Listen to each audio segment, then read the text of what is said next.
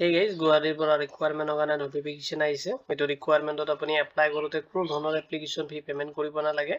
Selection প্ৰচেছত আপুনি কোনো ধৰণৰ ৰিটেন এক্সামিনেশ্যন এটেম্প কৰিব নালাগে। যদি আপুনি ইণ্টাৰেষ্টেড হয় আপুনি চেক কৰিব পাৰে। মই আজি আলোচনা কৰিব গৈ আছোঁ ইণ্ডিয়ান ইনষ্টিটিউট অফ টেকন'লজি গুৱাহাটীৰ পৰা আহিছে নটিফিকেশ্যনটো। যদি আপুনি ইণ্টাৰেষ্টেড এইটো ভিডিঅ'ত আপুনি চেক কৰিব পাৰিব ৰিকুৱাৰমেণ্ট অভাৰভিউখিনি, লগতে ভেকেঞ্চি ডিটেইলছ আৰু ভেকেঞ্চিখিনিত এপ্লাই কৰোঁতে কি এলিজিবিলিটি ক্ৰাইটেৰিয়া আপুনি ফ'ল' কৰিব লাগিব, কেনেকৈ এপ্লাই কৰিব, কেতিয়াৰ পৰা এপ্লাই ষ্টাৰ্ট হ'ব, কেতিয়ালৈকে লাষ্ট এপ্লাই কৰিব পাৰিব, আৰু কমপ্লিট ডিটেইলছ মই আপোনাক এইটো ভিডিঅ' চিষ্টেমেটিক প্ৰভাইড কৰিম।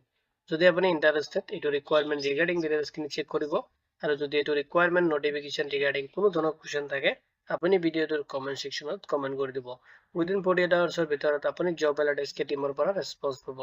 যদি আপুনি ইণ্টাৰেষ্টেড দেন আহক দেৰি নকৰি আজিৰ ভিডিঅ'টো আৰম্ভ কৰোঁ। এতিয়া চাই লওক যিটো নটিফিকেশ্যন আহিছে তাৰ অভাৰভিউখিনি। অৰ্গেনাইজেশ্যন দি আছে Indian institute of technology IIT গুৱাহাটীৰ পৰা আহিছে নটিফিকেশ্যনটো, আৰু ডিপাৰ্টমেণ্ট দি আছে কম্পিউটাৰ চায়েন্স এণ্ড ইঞ্জিনিয়াৰৰ পৰা আহিছে নটিফিকেশ্যনটো। প্ৰজেক্ট যিটো নেম দি আছে ISEA, প্ৰজেক্ট যিটো আছে ফ্ৰেছ 3 কাৰণে আহিছে নটিফিকেশ্যন, আৰু আপোনাৰ টোটেল ভেকেঞ্চি দি আছে আপুনি 6 পোষ্টত এপ্লাই কৰিব পাৰিব। জব যিটো টাইপ হয় এইটো প্ৰজেক্ট বেছড হ'ব আৰু কণ্টেক্সুৱেল হ'ব।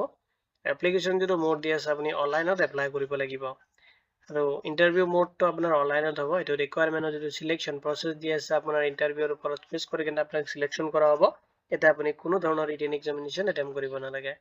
অফিচিয়েল যিটো ৱেবছাইট আছে আপুনি ভিজিট কৰিব পাৰে, যিকোনো ব্ৰাউজাৰ এটা অ'পেন কৰিব, আৰু তাতে যদি আপুনি চাৰ্চ কৰে www.iitg.ac.in চাৰ্চ কৰিলে ইণ্ডিয়ান ইনষ্টিটিউট অফ টেকন'লজি যিটো গুৱাহাটীৰ অফিচিয়েল ৱেবছাইট আছে আপুনি তাতে ভিজিট কৰিব পাৰিব। ভেকেঞ্চি ডিটেইলছখিনি চাই ল'ব।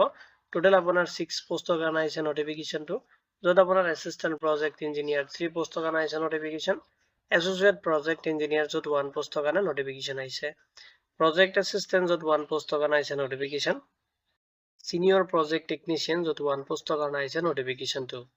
এতিয়া চাই লওক পোষ্টকেইটাত এপ্লাই কৰোঁতে আপুনি কি এলিজিবিলিটি ক্ৰাইটেৰিয়া ফ'ল' কৰিব লাগিব। যদি আপুনি এছ'চিয়েট প্ৰজেক্ট ইঞ্জিনিয়াৰ পোষ্টত এপ্লাই কৰি আছে, আপুনি বেচলাৰ্ছ ডিগ্ৰী আৰু মাষ্টাৰ ডিগ্ৰীটো কমপ্লিট কৰিব লাগিব ইঞ্জিনিয়াৰিঙত, দেন আপুনি এপ্লাই কৰিব পাৰিব।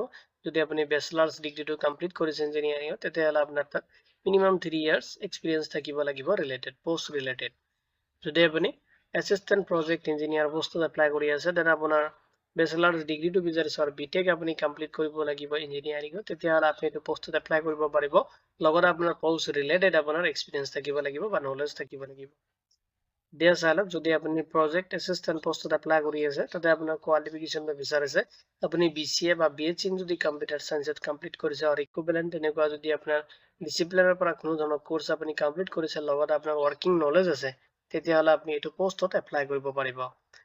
যদি আপুনি চিনিয়ৰ প্ৰজেক্ট টেকনিচিয়ান পোষ্টত এপ্লাই কৰি আছে তাতে আপোনাৰ BHC অৰ দি আছে ডিপ্ল'মা ইন ইঞ্জিনিয়াৰিঙত আপুনি কমপ্লিট কৰিব লাগিব, লগতে আপোনাৰ মিনিমাম 5 ইয়াৰ্ছ এক্সপিৰিয়েঞ্চ থাকিব লাগিব, দেন আপুনি এইটো পোষ্টত এপ্লাই কৰিব পাৰিব।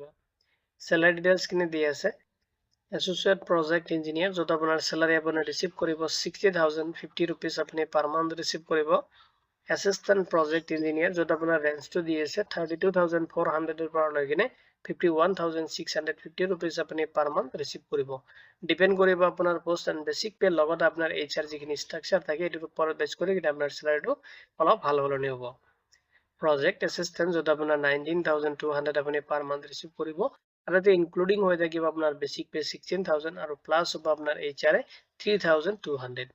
নেক্সট যিটো পোষ্ট আছে আপোনাৰ চিনিয়ৰ প্ৰজেক্ট টেকনিচিয়ান য'ত আপোনাৰ 31,250 ৰুপিজ আপুনি পাৰ মান্থ ৰিচিভ কৰিব। ইম্পৰ্টেণ্ট ডেটছখিনি চাই ল'ব। অনলাইন যদি এপ্লাই প্ৰচেছ দি আছে আপুনি May 23, 2026 পৰা অনলাইনত এপ্লাই কৰিব পাৰিব। ইণ্টাৰভিউ ডেটটো দি আছে May 27, 2026 পৰা আপোনাৰ May 28, 2026 মানত হ'ব। ইণ্টাৰভিউ ডিটেইলছখিনি আপুনি মেইলত ইনফৰ্ম কৰি দিয়া হ'ব। এক্সপেক্টেড যিটো জইনিং ডেট দি আছে বিফৰ আপোনাৰ July 1, 2026 আপোনাৰ জইনিং হ'ব।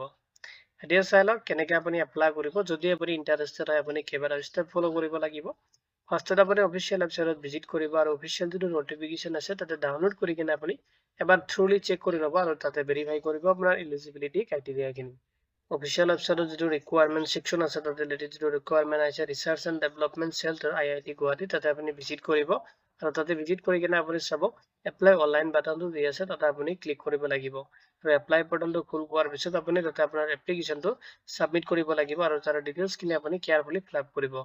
আৰু সাবমিটৰ যেটো আপুনি সাবমিট কৰাৰ আগতে চেক কৰি ল'ব যেটো ক্লোজিং ডেট দি আছে তাৰ আগতে আপোনাৰ এপ্লিকেশনটো সাবমিট কৰি দিব আৰু সাবমিট কৰাৰ পিছত আপুনি যিখিনি ক্যান্ডিডেট শৰ্টলিস্টেড হ'ব এডুকেশনাল কোৱালিফিকেশন ভেৰিফাইড পিছত সেইখিনি ক্যান্ডিডেটক আপোনাক মেইল যেটো তাতে এন্টাৰ কৰিব সেইটো মেইলত আপোনাৰ যিখিনি ইন্টাৰভিউ শিডিউল আছে সেইখিনি সেন্ড কৰি দিয়া হ'ব লগতে অনলাইন যেটো ইন্টাৰভিউ লিংক থাকিব সেইটো আপোনাক মেইলৰ থ্ৰু প্ৰভাইড কৰি দিয়া হ'ব এন্ড আপোনাক ইনফৰ্ম কৰি দিয়া হ'ব ইম্পৰ্টেন্ট যিখিনি লিংক আছে মই এই ভিডিওৰ ডেসক্ৰিপচনত প্ৰভাইড কৰি দিম লগতে আপুনি জব এলাৰ্ট এছকে পৰ্টেলতো চেক কৰিব পাৰিব লগতে এইটো ৰিকুৱাৰমেন্ট ৰিগাৰ্ডিং যদি কোনো ধৰণৰ কোৱেশ্চন থাকে ভিডিওটোৰ কমেন্ট সেকশনত কমেন্ট কৰি দিব উইদিন 48 আৱাৰ্ছৰ ভিতৰত আপুনি জব এলাৰ্ট এছকে টিমৰ পৰা ৰেসপন্স পাব ভিডিওটো চোৱাৰ বাবে ধন্যবাদ দি কিনে আজি ভিডিও মই ইমানতে সামৰিছো